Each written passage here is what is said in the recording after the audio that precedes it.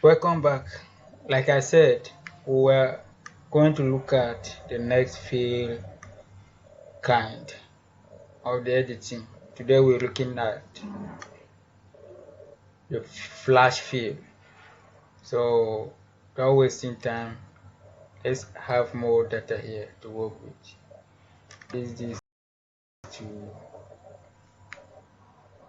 9. That's enough. That should be enough to see the difference.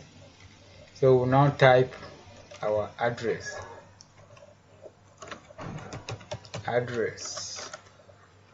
number.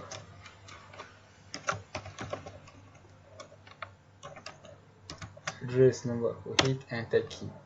Now go straight to our editing tab or section. We'll click on the fill and we'll click on flash fill. So it will take from what we have provided to bring down to the other rows.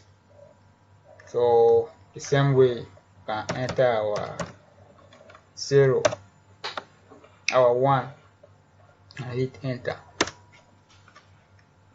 And click on the fill again and click on flash fill. It will be entered down to the last one. Now, although you should be conversant with this by now if you have been practicing with me, you cannot type in Excel sheet a number preceding with zeros unless you've converted the number to text. That is why we cannot see the preceding zeros, but can only see the significant figures. So go down here and type text, you'll be able to see 0001. I will not be doing that because we're working with numbers.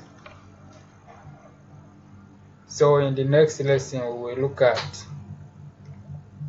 the justify and the across sheets. Thank you for watching.